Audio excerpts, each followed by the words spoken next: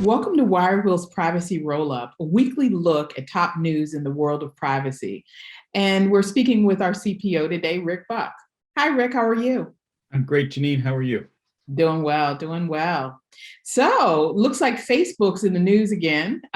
This time it's regarding data protection. But, there's another player at the table. It is the Irish DPC, who's in support of their position um, on data protection, and much to the dismay of data protection activists. Tell us a little bit more about what's going on there.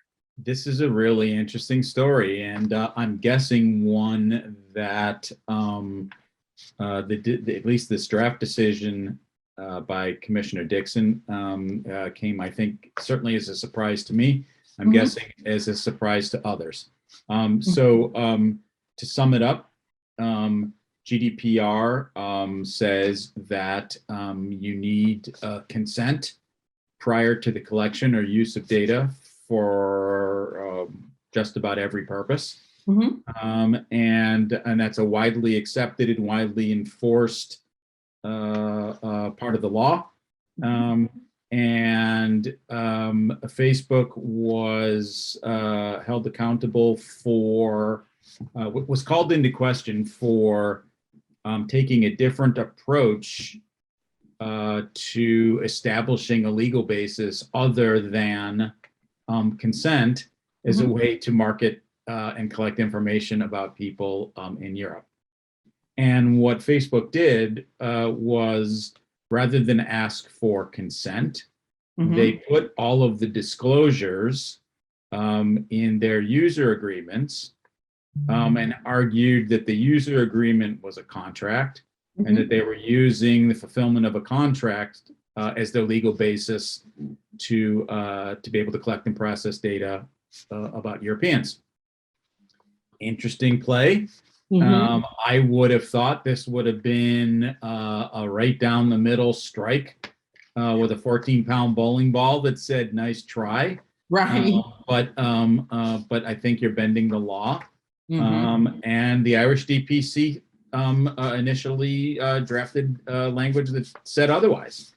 And to quote them, in the draft decision, it says, and this is a quote, "There's no obligation on Facebook to seek to rely solely on consent for the purposes of legitimizing personal data processing, where it's offering a contract to a user, which some users might assess as one that primarily concerns the processing of personal data." I would have thought that the Irish DPC would have ruled otherwise. Right.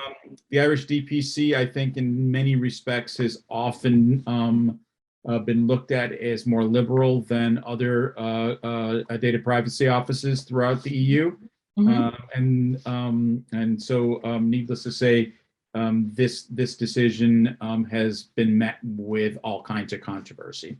And of course, as might be expected, one of the loudest and more vocal people about this is none other than Max Schrems himself, who is the genesis of a Facebook lawsuit, which resulted in most recently the Schrems 2 and previously the Schrems 1's decisions, which in many respects turned standard contractual clauses upside down,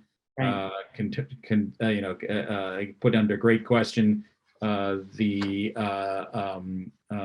language in standard contractual clauses and binding corporate rules, and eviscerated the Privacy Shield program.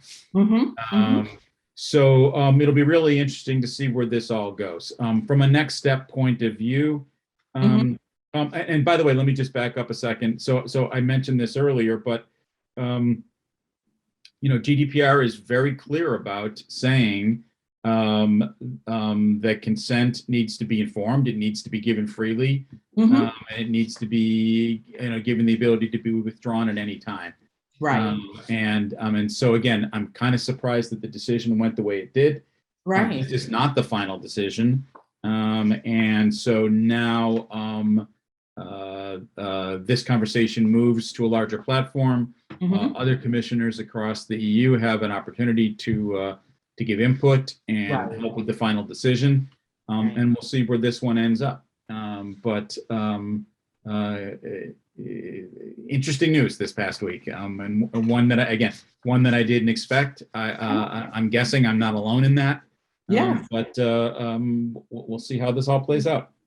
I'll have to say, when I read that and when I looked at the article, I said if they're looking for attention, they really received it, and it will be interesting to follow to see what the other commissioners say. I mean, I have to imagine that they're going to get some pressure on this, quite a bit of pressure, even outside of the activists from other commissioners throughout the EU. So, love to hear more information. Yeah, well, it'd be interesting to see where this goes. It'll be interesting to see how the whole Brexit privacy story matures and comes to fruition. And this is yet another chapter in that forthcoming story. Well, and you also say, look at the long hand of Facebook, right? Well, yeah. They stay in the news. Yep. All right. Well, very, very interesting as usual. With everything that you discussed, I want to thank our viewers again for tuning in to WireWill's weekly privacy roll up. Next week, you'll be able to catch Rick's update on LinkedIn Live. So please watch WireWill's LinkedIn page for dates and times. And if you have any privacy questions you'd like to ask us, please reach out to us on marketing@wirewill.io. And you'll also be able to find the link in the description here in our YouTube channel.